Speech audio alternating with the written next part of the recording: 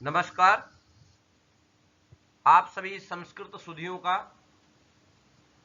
संस्कृत प्रेमियों का मेरे संस्कृत साहित्य चैनल में स्वागत और अभिनंदन। ईश्वर कृष्ण विरचित सांख्य कारिका के 41वें श्लोक से लेकर के और 50 श्लोक पर्यंत तक के पद्यों की व्याख्या, उनका विश्लेषण किया जा रहा है।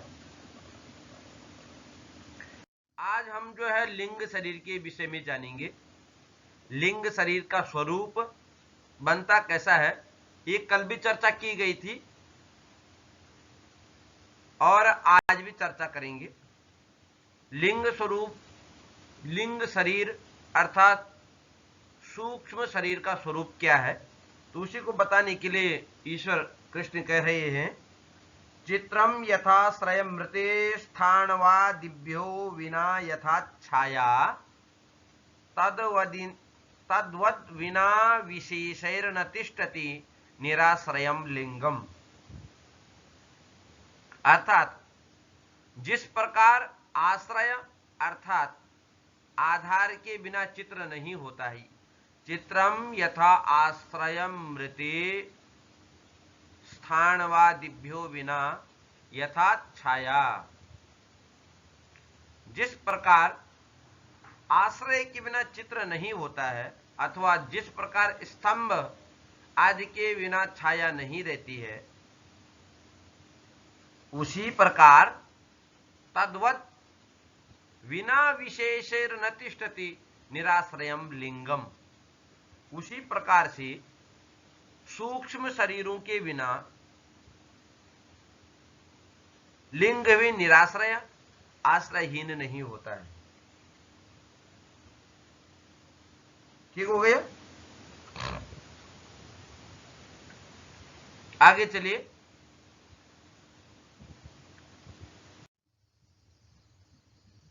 पुरुषार्थ हेतुकमिदं निमित्त नैमित्तिक प्रसंगेन प्रकृतेर विभुत्व योग योगान नटवत व्यातिष्ठते लिंगम। फिर लिंग के विषय में कहा कि पुरुषार्थ के लिए उत्पन्न या सूक्ष्म शरीर धर्म अधर्म आदि निमित्त और उसके नैमित्तिक कार्य रूप स्थूल शरीर से संबंध होने के कारण प्रकृति के व्यापक शक्ति के संयोग से नटवत, नट की तरह व्यवहार किया करता है। सूक्ष्म शरीर संसरण करता है, अर्थात जन्म और मृत्यु के चक्कर में पड़ता है। इसके कारण को जानने के लिए ईश्वर कृष्ण का कहना है कि प्रकृति पुरुषार्थ के लिए उत्पन्न हुई है और कार्यरत है। पुरुषार्थ पद का यहां अर्थ है कि पुरुष का प्रयोजन अर्थात कैवल्य अथवा आत्यांतिक दुखों की निवृत्ति अर्थात मोक्ष। पुरुषार्थ मोक्ष की स्थिति में पुरुष प्रकृति से छूटकर केवल अकेला रह जाता है और इसी अकेलेपन में वह केवल्य को प्राप्त हो जाता है। सूक्ष्म शरीर भी पुरुषार्थ मोक्ष की प्राप्ति के लिए अनेक स्थूल शरीरों को धारण करता है। नाटक का अभिनेता भी तो मूल पात्रों के कार्यों के अनुकरण करने के लिए अनेक प्रकार की भूमिकाएं अर्थात वेशभूषा धारण करता है। इसलिए कह रहे हैं धर्म अधर्म, वैराग्य अवैराग्य, ज्ञान अज्ञान, ऐश्वर्य अनैश्वर्य आदि यहां निमित्त हैं। इनका कार्य अर्थात नैमित्तिक सूक्ष्म शरीर को धारण करना है। सूक्ष्म शरीर द्वारा स्थूल शरीर धारण करने के निमित्त धर्म अधर्म आदि हैं। स्थूल शरीर के द्वारा जो कार्य किए जाते हैं उनके परस्पर विरोधी अंश अर्थात परिणाम अगले स्थूल शरीर को धारण करने के निमित्त बनते हैं। आगे चलिए। अगला जो पद्य है उसमें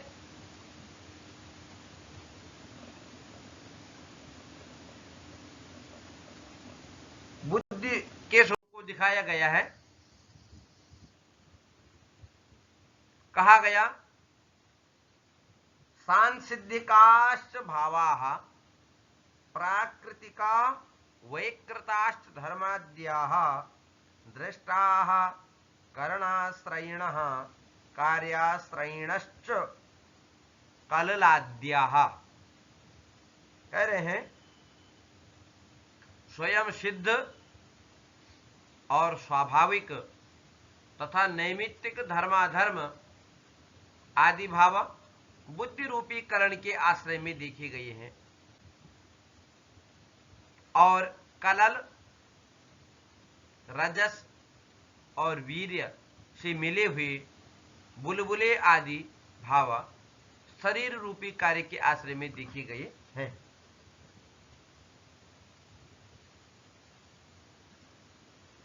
भाव का अर्थ यहां है परिणाम। भाव दो प्रकार के होते हैं,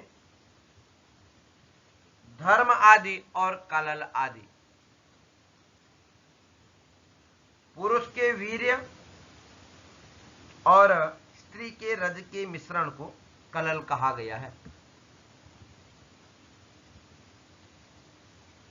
धर्म आदि भाव कारण है, इन्हें बुद्धि का भाव या परिणाम भी कहा जा सकता है। इस प्रकार इनका बौद्धिक भाव होना सिद्ध है। इन्हें कलल आदि स्थूल शरीर का भाव, अवस्था अथवा परिणाम भी कहा जा सकता है। कलल स्थूल शरीर की पहली अवस्था है। कलल का अर्थ कुछ विद्वान बुलबुला आदि भी कहते हैं, क्योंकि यह गर्भाधान के 5 दिन बाद होता है, इसलिए कहा गया कि पंचरात्रेण कललम भवति। तो यह स्थूल शरीर का स्वरूप है, प्रथम स्वरूप भी कह सकते हैं। इसके बाद ही गर्भ की मांसपिंड आदि अवस्थाएं देखी जाती हैं। कलल आदि भौतिक भाव हैं। ये अवस्थाएं परिणाम आकाश पंच महाभूत तत्वों की अवस्थाएं हैं। ये कलल आदि भौतिक भाव है। भाव दो प्रकार का होता है, बौद्धिक और भौतिक।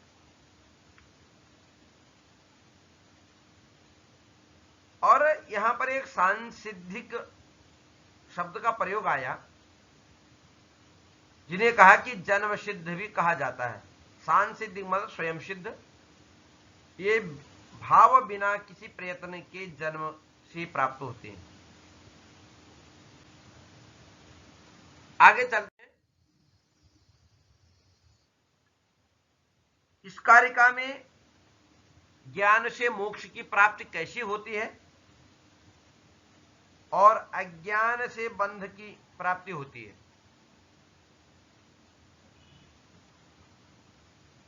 देखिए, धर्मेण गमनम ऊर्ध्वम गमनम अधस्तात् भवत्य धर्मेण ज्ञानेन चाप वर्गो विपर्ययादिश्यते बंधः। धर्म से ऊर्ध्व लोकों में गमन होता है, अधर्मेण और अधर्म से अधस्तात् भवति और अधोलोकों में गमन होता है। ज्ञानेन ज्ञान से अपवर्गो अपवर्ग मोक्ष कैवल्य की प्राप्ति होती है और विपर्ययादिश्यते बंधः और अज्ञान से, क्योंकि ज्ञान है से अपवर्ग की प्राप्ति होती है, तो बोले इसके विपर्य में, ज्ञान के विपर्य में क्या अज्ञान है, तो अज्ञान में अज्ञान से बंधन की प्राप्ति होती है।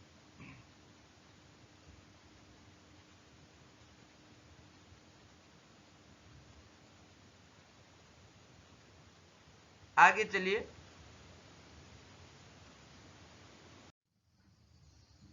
आगे कह रहे हैं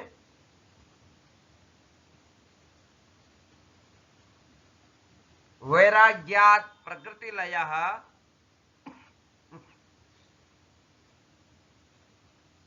संसारो भवति राजसात् रागात् ऐश्वर्याद् विघातो विपर्ययात् तद विपर्यासः। इस कारिका में धर्म अधर्म ज्ञान अज्ञान इन चारों बुद्धि धर्मों से प्राप्त होने वाले फलों का निरूपण करके वैराग्य अवैराग्य ऐश्वर्य अनैश्वर्य इन चार धर्मों के फलों अर्थात परिणाम को कह रहे हैं। वैराग्य से प्रकृति लय होता है,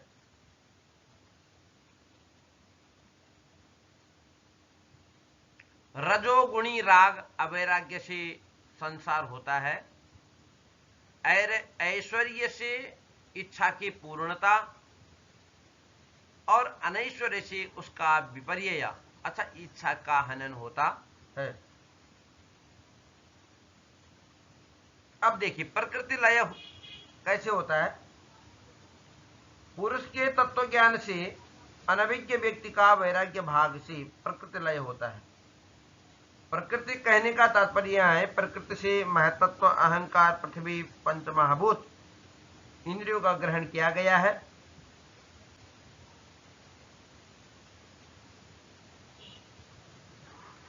अब यहां पर कह रहे हैं कि सांख्य दर्शन में प्रकृति और पुरुष के अतिरिक्त प्रधान पुरुष की भी मान्यता है। एक है प्रकृति और पुरुष और एक है प्रकृति पुरुष से इतर प्रधान पुरुष। प्रधान पुरुष प्रकृति संसार और पुरुष से सर्वथा निसंग है। पुरुष भी निर्लेप और आसक्ति रहित पर वह प्रकृति से प्रभावित होकर सृष्टि की रचना में लग जाता है,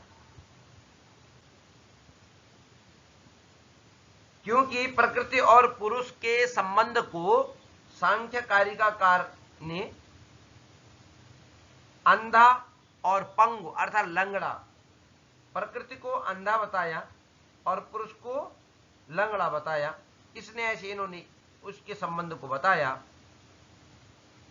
अब यहां देख सकते हैं कि किसी एक के घर में एक अंधा एक लंगड़ा रहते हैं और मान लिया जाए कि उस मोहल्ले में आग लग जाती है और लोग अपना अपना सामान लेकर सुरक्षित स्थानों को भागने लगे। अंधा लंगड़ा भीख मांगकर अपना निर्वाह करते थे, तो वो क्या करेंगे, वो एक दूसरे को प्राण बचाने के लिए एक दूसरे का सहारा लेंगे, क्योंकि लंगड़ा चल नहीं सकता और अंधा मार्ग देख नहीं सकता। तो एक दूसरे का सहयोग करते हुए जो अंधा होगा वो जो है लंगड़े को उसमें बैठाएगा और सुरक्षित मार्ग तक पहुंच जाएगा। अब आगे चलते हैं कि बुद्धि सर्ग कैसा है, इस जिसको प्रत्यय सर्ग के नाम से जाना गया है।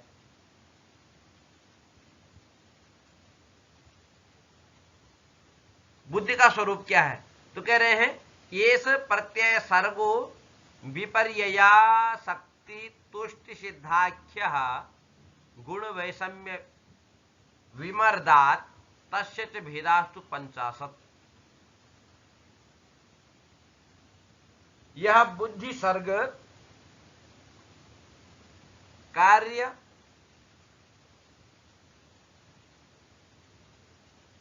विपर्यय आसक्ति तुष्टि और सिद्धि नामों वाला होता है। यह बुद्धि का जो सर्ग है वह कैसा, विपर्यय, फिर कहा आसक्ति, फिर कहा तुष्टि और फिर कहा सिद्धि। अतः विपर्यय हो गए 1, आसक्ति हो गए 2, तुष्टि हो गए 3 और सिद्धि हो गया 4। 4 नाम होते हैं। ठीक हो गया। क्योंकि सांख्य के अनुसार बुद्धि को महत्त्व भी कहा गया है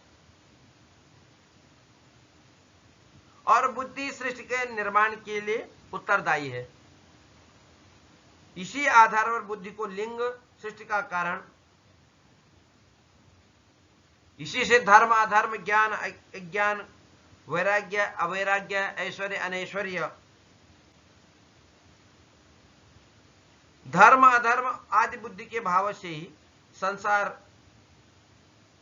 से क्या होता है, जन्म और मृत्यु का चक्र कटता है, बंधता भी है।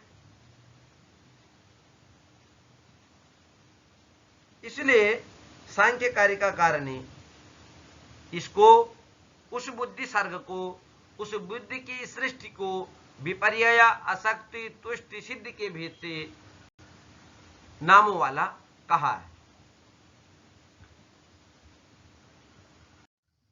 आगे चलिए, विपर्यय, आसक्ति, तुष्टि, सिद्धि कितने प्रकार के हैं ये आगे कह रहे हैं। पंच विपर्यय भेदाः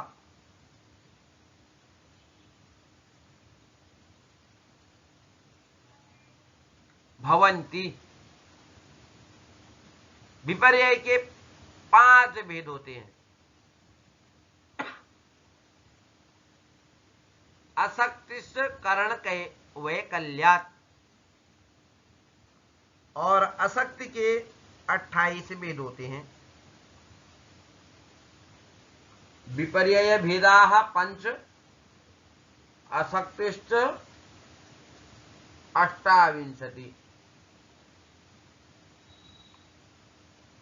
तुष्टिश्च 9 और 8 सिद्धि। देखो, विपर्यय का अर्थ है सीधे से अज्ञान, और वह उसके 5 भेद हैं। कौन कौन से? तमस, मोह, महामोह, तामिश्र और अंधतामिश्र। इन्हीं जो ये पंच विपर्यय मतलब अज्ञान के भेद हैं, इन्हीं को योग में अविद्या, अस्मिता, राग, द्वेष और अभिनिवेश कहा गया है। अब आसक्ति के जो है 28 भेद हैं। इसमें से एकादश तो इंद्रियों के वध अतः उपघात से उत्पन्न होते हैं। एकादश इंद्रिय, ठीक। और अंधत्व, बधिरत्व आदि उपघातों के कारण जब इंद्रियां विषयों, रूप, शब्द आदि का आलोचन करने में असमर्थ हो जाती है, तो बुद्धि भी उनका अध्यवसाय करने में असक्त हो जाती है। इस तरह इंद्रियों की ये आसक्तियां, बुद्धि की आसक्तियां मानी जाती हैं। आप कह रहे हैं तुष्टि ही 9। तुष्टि 9 प्रकार के हैं। तो इनमें से प्रथम 4 प्रकृति, उपादान, काल और भाग्य को आध्यात्मिक तुष्टियां कही गई हैं। प्रकृति, उपादान, काल और भाग्य, ये 4 प्रकार की तुष्टियां हैं। शेष 5 जो हैं शब्दादि विषयों से विरक्त होने वाली से उत्पन्न होती है।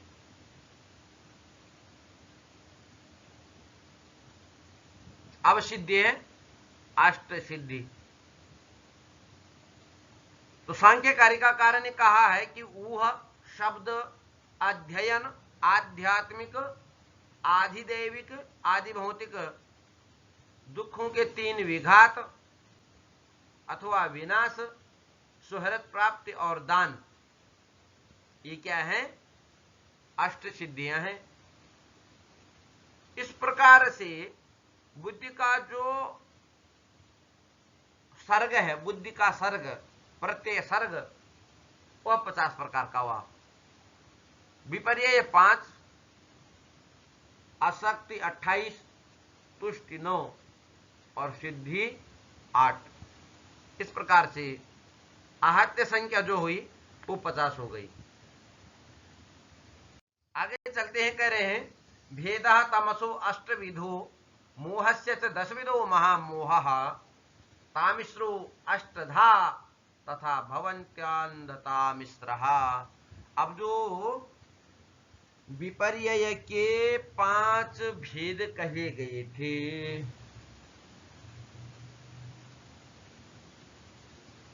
सबसे पहले कहा गया था तमस, फिर मोह, महामोह, तामिश्र और अंधतामिश्र। सबसे पहले कह रहे हैं उस तमस के सबसे पहले 8 भेद होते थे। मोह के भी 8 भेद होते हैं, महामोह के 10 भेद होते हैं, तामिश्र के 18 भेद होते हैं, और 18 प्रकार का ही अंध तामिश्र होता है।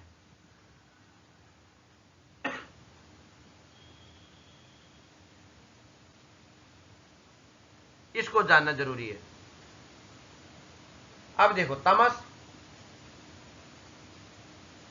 जिसको हमने कहा था कि ये जो सांख्य दर्शन में जो विपर्यय है, अर्थात अज्ञान, यह क्या करता है, यह तमस मोह महामोह तामिश्र अंध तामिश्र के भेद से 62 प्रकार का होता है। 8 प्रकार का तो तमस होता है, मोह भी 8 प्रकार का होता है, 8 दूनी 16 हो गए।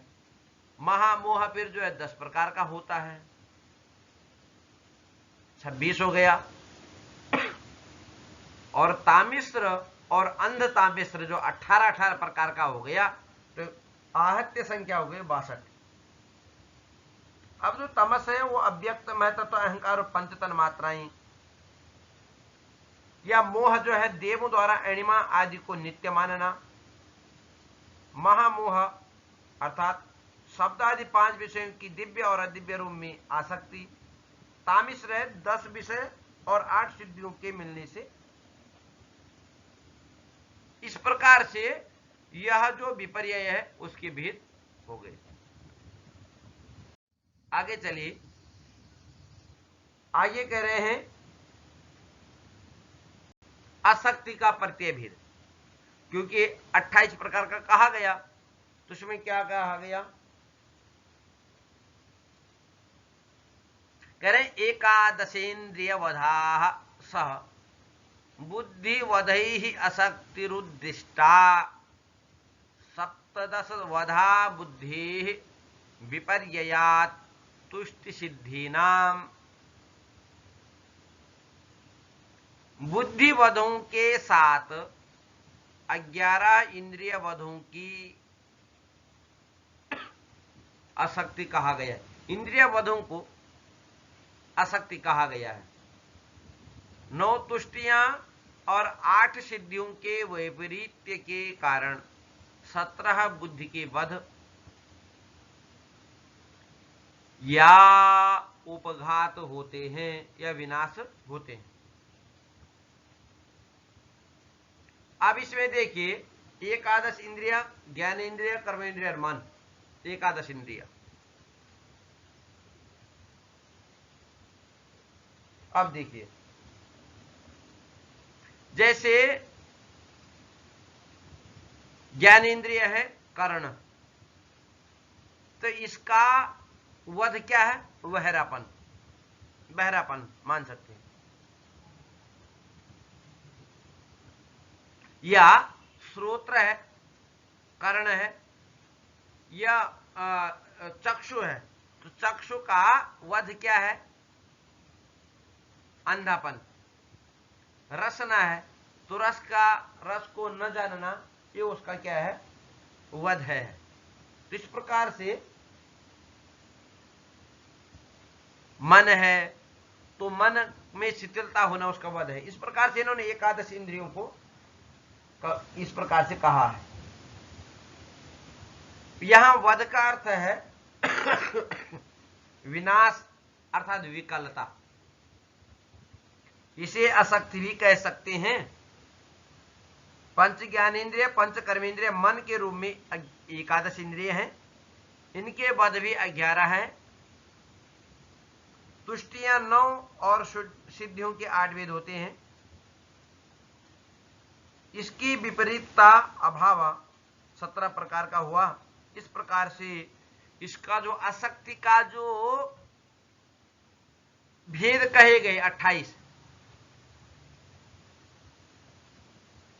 8 और 9 17, ये 8 सिद्धियां और 9 तुष्टियां।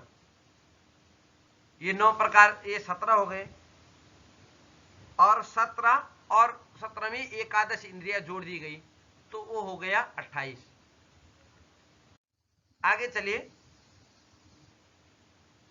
आध्यात्मिक्य चतस्रः प्रकृत्युपादान काल भाग्याख्याः बाह्य विषयो परमात् पंच च नव तुष्टयो अभिमताः।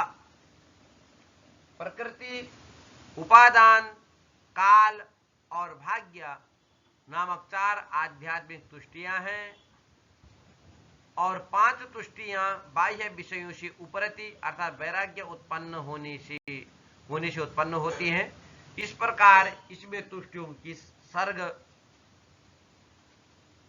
संख्या मानी गई। देखिए, पहला है तुष्टि।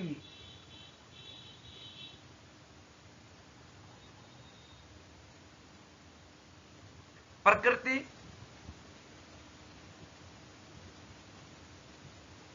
देखो तुष्टियां 9 प्रकार के हैं, 4 आध्यात्मिक कह दी गई, प्रकृति, उपादान, काल और भाग्य। आत्मा प्रकृति से भिन्न है ऐसा जान लेने पर उनके श्रवण, मनन आदि द्वारा विवेक साक्षात्कार के लिए जो असत उपदेश से संतुष्ट होकर प्रयत्न नहीं करता, उसकी 4 आध्यात्मिक तुष्टियां होती हैं। ये तुष्टियां आत्मा को प्रकृति के अतिरिक्त मान लेने पर होती है, इसलिए इनको आध्यात्मिक तुष्टियां कही गई हैं।